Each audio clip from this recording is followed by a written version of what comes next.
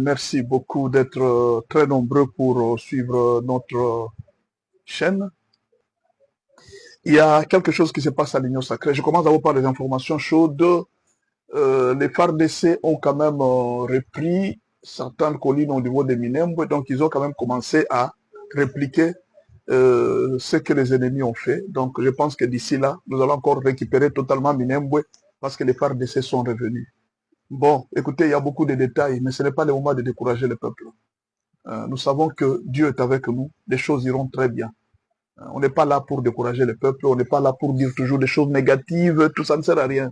Ce n'est pas ça qui va avancer les pays. Parfois, des choses que nous disons, des choses négatives dans les réseaux sociaux, des informations négatives, ce sont nos ennemis qui sont contents. Ils savent que nous sommes atteints. Quand vous êtes en guerre, il ne faut pas montrer vos larmes. Quand vous êtes en guerre, il ne faut pas montrer que vous êtes inquiété. Il faut montrer toujours la joie. Pourquoi eux, ils perdent les gens, ils ne pleurent pas? Ils sont chaque jour dans la joie, ils montrent toujours qu'ils sont forts. Alors qu'ils sont en train de perdre, ils font des pertes énormes. Pourquoi vous voulez pleurer à tout moment? Il ne faut pas pleurer. C'est une guerre. Nous allons remporter cette guerre, c'est notre pays. Nous nous battons pour notre pays. Donc, ne vous en faites pas, nous allons récupérer et Minembwe, et Goma, et Bukavu. Ce n'est pas pour longtemps. Les choses sont déjà faites. Les carottes sont déjà cuites. Ne vous en faites pas. Cette guerre est déjà finie depuis très longtemps. Merci beaucoup pour les FARDC. Merci beaucoup pour l'état-major pour avoir repris contrôle. Je sais peut-être qu'on a des fois un problème de stock. C'est possible. Hein? Nous, on ne comprend pas ce qui se passe. Parfois, ça peut être un problème de stockage. On ne sait pas. On ne sait pas. Il y a beaucoup trop de choses. Alors, la deuxième information, c'est les grognes au niveau de l'Union sacrée. Il y a un problème très sérieux au niveau de l'Union sacrée. Qu'est-ce qui se passe? Il y a Mbata et Mbosso qui ne s'entendent pas. Mbosso a convoqué une réunion, Mbata a refusé et tout ça. Donc, il y a en quelque sorte un conflit de leadership. Alors, pourquoi ça? Le problème, c'est quoi? Quand le président Félix Tshisekedi a commencé l'Union sacrée, il n'avait pas écrit une vision. Il avait besoin d'asseoir son pouvoir. Asseoir son pouvoir dans quel sens? Dans le sens où Kabila l'avait rejeté. Kabila voulait le faire tomber. Il voulait trouver un appui. Et il a appelé les autres politiciens. Il n'avait pas vraiment besoin de communiquer sa vision. Il voulait d'abord asseoir son pouvoir, protéger son pouvoir contre Kabila qui voulait lui ravir le pouvoir. C'est ainsi qu'il a créé l'Union sacrée. L'Union sacrée l'a aidé à avoir la majorité. Il a eu la majorité qu'il cherchait. Maintenant, il s'est posé un problème. Félix n'avait pas écrit une vision. Le président Félix Tshisekedi n'avait pas écrit une vision avec les gens de l'Union sacrée. Tout le monde est venu avec sa propre vision. C'est ça la plus grande difficulté de l'Union sacrée. Chacun est venu avec sa propre vision. Mais pour la majorité, ceux qui sont là, pour la plupart, ils sont venus pour le partage de postes et pour gagner l'argent. En tout cas, ça, il ne faut pas qu'on se cache la face. La majorité de ceux qui sont là, ils sont venus soit pour le pouvoir, avoir un poste dans le gouvernement, soit pour avoir un peu d'argent. Les autres sont venus aussi pour se protéger des attaques juridiques. Parce qu'ils ont des dossiers en justice, on peut m'attaquer, je peux perdre mes biens. Il sait que j'ai beaucoup de dossiers. Il est venu pour se protéger. Vous voyez? Tout le monde sait ce qu'il est venu, mais autour d'une vision. Et ça, c'est une maladie de tous les politiciens congolais. Ils n'écrivent pas une vision. Quand vous allez demander à Nanga, quelle est ta vision? Quand tu es en train de venir combattre Félix Tshisekedi, vous allez voir que Nanga n'a pas de vision. Donc les M23 tels qu'ils sont là, ils n'ont aucune vision. Quand vous allez demander les C64, quelle est votre vision? Quand vous êtes en train de combattre Félix Tshisekedi, bon, il va quitter. Qui va devenir président parmi vous? Vous allez voir qu'ils vont se séparer. Parce qu'ils n'ont pas une vision. Ils n'écrivent pas une vision. Quelle est notre vision? Quand vous allez demander les gens de la Senko, vous êtes en train de dire non à la Constitution. Vous ne voulez pas que Félix, quelle est votre vision? La vision, c'est quoi? Quelle est la vision que vous avez? Vous allez trouver que les gens de la Senko n'ont aucune vision. Vous voyez? Au sein de l'Union sacrée, pas de vision claire. Au sein de tous les politiciens, toutes les organisations congolaises n'ont pas de vision. Il faut une certaine intelligence qui va réunir les gens. Aujourd'hui, nous nous réunissons, tout notre combat, c'est pour défendre Félix Tshisekedi. Tout notre combat, c'est pour défendre, peut-être mettre dehors Kabila. Vous allez voir les autres, nous soutenons Joseph Kabila. Mais quand vous demandez à ces gens, quelle est la vision que vous soutenez chez Joseph Kabila, ils ne connaissent pas. Quand vous demandez aux gens, pourquoi alors vous soutenez Félix Tshisekedi, la majorité ne connaissent pas. Les autres disent c'est notre frère. Les autres disent que parce que lui, il se met debout devant Kagame. Les autres disent, mais au fait, quelle est la vision que nous sommes en train de défendre? L'Union sacrée, il n'y a pas une... Demandez à tous les membres de l'Union sacrée cette question. Quelle est la vision que vous défendez au sein de l'Union sacrée? Il n'y en a pas. Demandez aux gens de la SECO. Quelle est la vision que vous défendez? Après, quand vous allez faire partir, demandez aux gens de 164, quand vous allez faire partir Félix, qu'est-ce qui va suivre après? Non, nous n'avons rien pour jusque-là en tête, mais qu'ils partent d'abord. Vous avez déjà vu les gens qui partent, mais qui n'ont pas une vision. C'est la plus grande difficulté de toutes les organisations politiques du pays. Quand Félix a pris le pouvoir, il est venu, il voulait asseoir son pouvoir. Mais quand il est entré au pouvoir, il s'est rendu compte qu'il y avait une faille terrible au sein du pouvoir. Tous les commandements du pays venaient du Rwanda. Et vous avez vu au départ, là, Félix est même parti. Lui aussi, il est tombé dans les mêmes pièges. Que parce que tout le monde allait au Rwanda. Félix devrait aussi aller au Rwanda. Il est parti proposer à Kagame. Il dit non, non, Kagame, je voudrais qu'on travaille en commun. Et que Kagame lui a dit non, moi je ne travaille pas comme ça. Le pays tout entier m'appartient. Il dit ah bon? C'est ainsi que Félix a pris ses dispositions. Il a dit non, non. Ça, on ne va pas continuer. On ne va pas continuer avec ça. En tout cas, avec ça, on ne continue pas. Il a appris beaucoup de choses qui s'est passées entre le Rwanda et la RDC. Félix a dit non, non, on doit changer des choses. Et pour changer des choses, il faut être fort. C'est Werason qui a chanté. Il a chanté, il a dit une chose. Olie biloko yamboa, zala mbangu. Bouledok nasima. C'est-à-dire quoi? Quand tu veux manger les choses des champs, tu dois être fort. Vous comprenez? Ils ont fait l'alliance avec FCC Cash. Il y a des choses des champs que tu as mangé. Mais tu dois être fort pour fuir. Parce que Bouledok va te suivre. Ça, c'est Werason, hein? Ça n'a rien à faire avec ce qui se passe maintenant là. Alors, qu'est-ce qui va se passer par la suite? Ce qui va se passer par la suite, c'est que Félix va comprendre maintenant que il fallait d'abord qu'on change cette vision, ce combat de Paul Kagame. Il fallait d'abord qu'on mette Kagame hors du système. Maintenant, comment faire comprendre aux gens de l'Union sacrée que pour le moment, oublions d'abord cette histoire de pouvoir. Je sais que vous êtes venus ici, vous saviez que moi, mon mandat va se terminer et vous allez revenir. Mais je vous dis, mes frères, tant que nous n'avons pas encore terminé avec Kagame, même vous, quand vous aurez le pouvoir, vous aurez les mêmes difficultés. Terminons une fois pour toutes avec ces messieurs. C'est cette vision que Félix a pour le moment. Il a dit d'abord, nous devons commencer par changer la constitution. Parce que cette constitution n'est pas claire. Il y a beaucoup de choses qui donnent beaucoup d'avantages à Kagame, de sorte que demain ou après-demain, il peut nous prendre ce pays. Par exemple, vous savez, dans une constitution, il n'y a pas, la superficie du pays n'y est pas. On ne sait pas quelles sont les limites. Je ne sais pas si on a cité aussi les superficies des provinces. La constitution, c'est un document, hein, n'est-ce pas? C'est un document, comme on appelle les livrets parcellaires. Dans les livrets parcellaires, on doit quand même écrire les limites du pays, mais il n'y en a pas. Donc quelqu'un peut venir demain, il déclare, il dit non, montrez-nous votre constitution, qu'est-ce qui est écrit? Est-ce qu'il y a des limites de parcelles? Les pays ne vous appartiennent pas, les pays c'est une terre que Dieu a créée, tout le monde peut prendre sa part. D'où il faudra qu'on définisse les choses, qu'on définisse les limites de tout un chacun dans la constitution. Nous devons nous battre, mes frères, oublions un peu l'histoire des pouvoirs ici, battons-nous pour que nous puissions renverser cette monsieur de Kagame qui nous fait. Ça, c'est la vision que Félix essaye de communiquer aux autres. Malheureusement, plusieurs personnes ne sont pas d'accord. Ils se disent, mais nous ne sommes pas venus t'appuyer pour ça. Nous sommes venus t'appuyer pour avoir nos postes nous aussi. Après toi, c'est Kamere qui devrait devenir président, et puis ça serait Jean-Pierre Bemba, et puis ça serait l'autre. Maintenant, comment toi tu vas t'accaparer toi-même du pouvoir, et puis tout ça? Il dit, non, non, mes frères.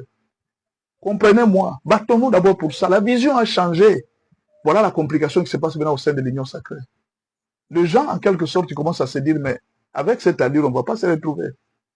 Avec cette allure, on ne va pas se retrouver. Félix risque demain de se tourner. Il risque de changer beaucoup de choses. Ça devient très compliqué. Vous voyez? Donc, le manque de vision au sein des organisations politiques, toutes, est un problème très sérieux pour la réussite du pays.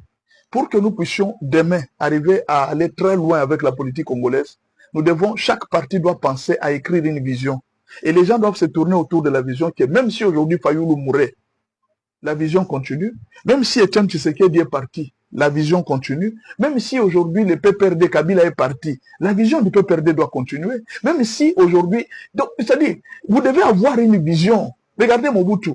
Tout était concentré sur lui. L'impère parti était concentré sur Mobutu. Quand Mobutu est mort, l'impère aussi est mort. Vous voyez? Parce qu'il a fait toute sa vision autour d'une personne. Et sachez que si vous avez un parti politique, vous l'avez mis autour de vous, sachez que le jour que vous allez mourir, vous aussi vous allez partir. Essayez de voir les républicains. C'est ce niveau où les partis politiques doivent arriver. Il ne faut pas arriver que nous, tous les partis politiques n'aient lié. Aujourd'hui, imaginez par exemple si Bahati mourait. Quelle est la vision de l'AFDC? Qui va diriger après Mahdi? Qu'est-ce qui va se passer? Étienne est mort.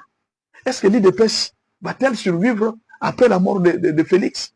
Aujourd'hui, nous voyons l'IDPS qui est encore là, l'IDPS est encore au pouvoir. Supposons aujourd'hui que l'IDPS n'avait plus de pouvoir. Est-ce que l'IDPS va continuer? Quelle est l'organisation qu'on a fait? Quelle est la vision qu'on a projetée pour l'IDPS pour que l'IDPS continue à survivre?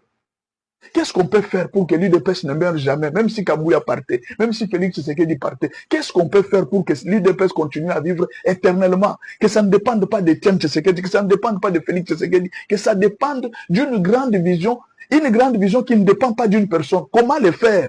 Allez étudier chez les Républicains, allez étudier chez les Chinois. Aujourd'hui, les communistes chinois, ça a commencé avec Mao Zedong. Jusqu'aujourd'hui, la vision continue. Allez en Tanzanie, Chama Mapinduzi. Ça a commencé avec Nyerere, Julius Nyerere.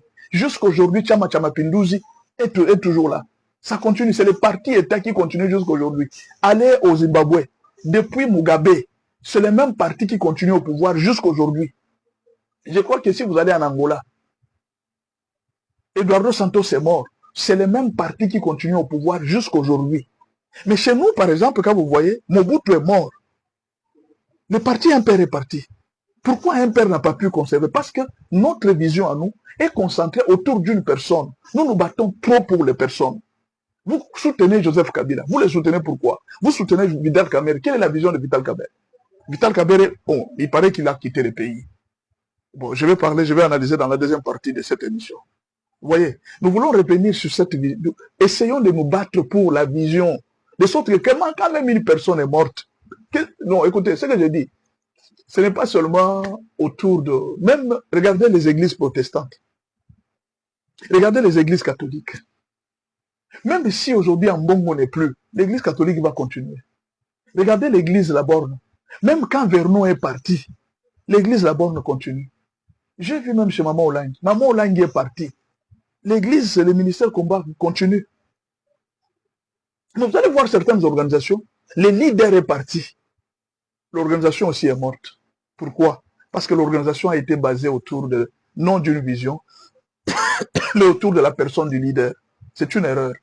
Une grave erreur. Je crois qu'aujourd'hui, les gens de l'Union sacrée doivent se réunir. Les gens de l'UDPS doivent se unir. Les gens des partis politiques, de décider, vous devez vous unir.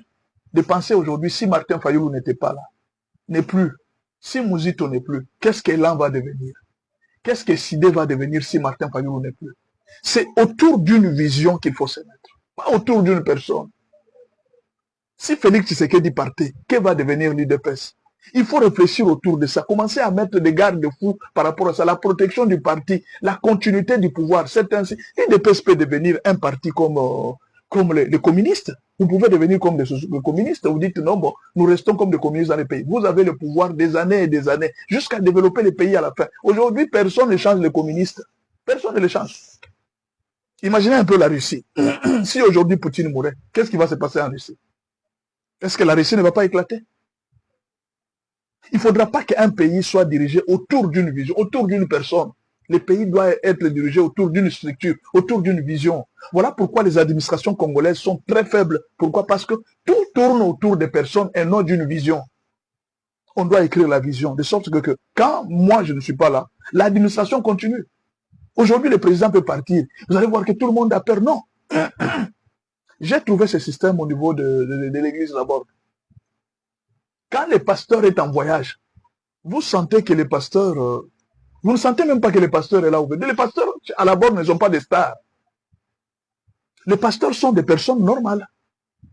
Ce ne sont pas des stars. Mais nous, il y a des églises où on a fait des pasteurs des stars. Les jours, moi, je suis allé dans une église d'un très grand pasteur. Quand ce pasteur est en voyage, les membres ne viennent plus à l'église. Pendant la semaine, vous ne verrez pas les membres. Mais quand les membres apprennent que leur pasteur est rentré du voyage, vous allez trouver que l'église est pleine. Ça, c'est une difficulté que nous avons communiquée à travers. Il faut enlever l'idée de la personne, il faut communiquer la vision aux brebis. De sorte que même si vous n'êtes pas là, même si vous soyez là, la vision peut continuer. Revenons maintenant à notre dernière analyse, le départ de Kamerhe. Il paraît que Kamerhe a quitté le pays.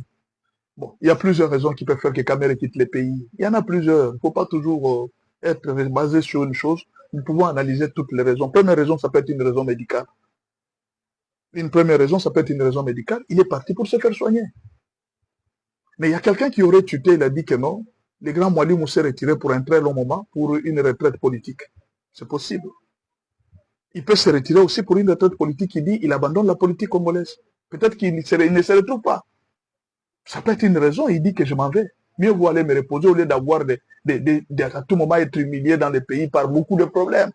Ça peut être une raison. Il fait une retraite politique. Il se retire en politique. Tout comme une autre raison, ça peut être que bon, on lui a dit que non, l'histoire de Félix est terminée. Il faut faire très attention. Félix ne sera plus président. Il a eu des câbles. On lui a dit que non, tu dois te repositionner maintenant. Il y a des gens qui sont comme ça. Ils sont habitués à se repositionner. Ah oui, oui. Il y a des gens qui sont habitués à se repositionner. C'est-à-dire quand il veut marcher avec tous les pouvoirs qui sont. Si aujourd'hui, j'ai été avec Kabila, je suis avec Mobutu, je suis avec... Donc, tu es avec tous les présidents qui viennent. Donc, pour toi, tu veux te repositionner. Il y a des gens pour la politique, ce n'est pas un problème d'une personne. La politique, c'est une carrière, c'est un travail pour lui.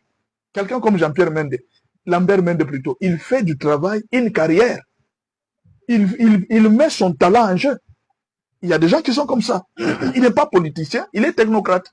Peut-être qu'il veut devenir aussi technocrate. Travailler avec tous les pouvoirs. Je mets mon intelligence en jeu. Si vous avez besoin de moi, je vous aide.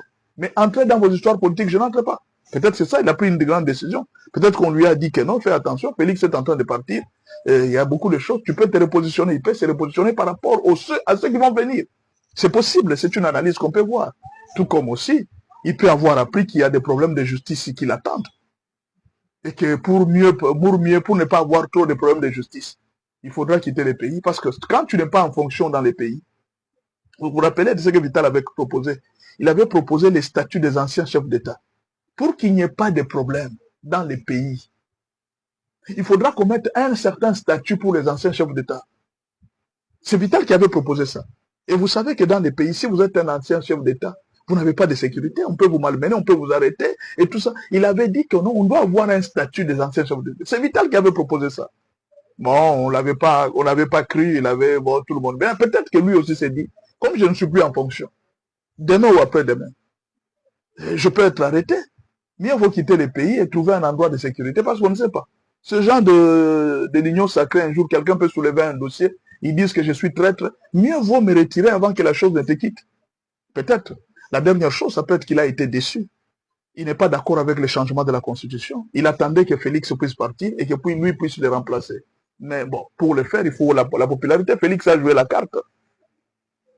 Félix s'est fait une grande part de la popularité. Au pays aujourd'hui, pour convaincre un Congolais à accepter une autre personne, tant que Kagame n'est pas parti, ça sera difficile. Félix a réussi son coup. Il a réussi à sensibiliser la population par rapport à cette guerre. Et ça devient très difficile. Aujourd'hui, même les opposants, ils ont du mal. Vous comprenez?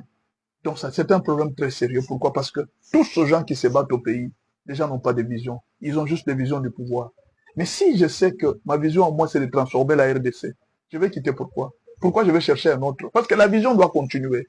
Donc ce que je demande aux politiciens, Papa Kabouya, Essidé et tout ça, réunissez-vous autour d'une vision, pas autour de personnes.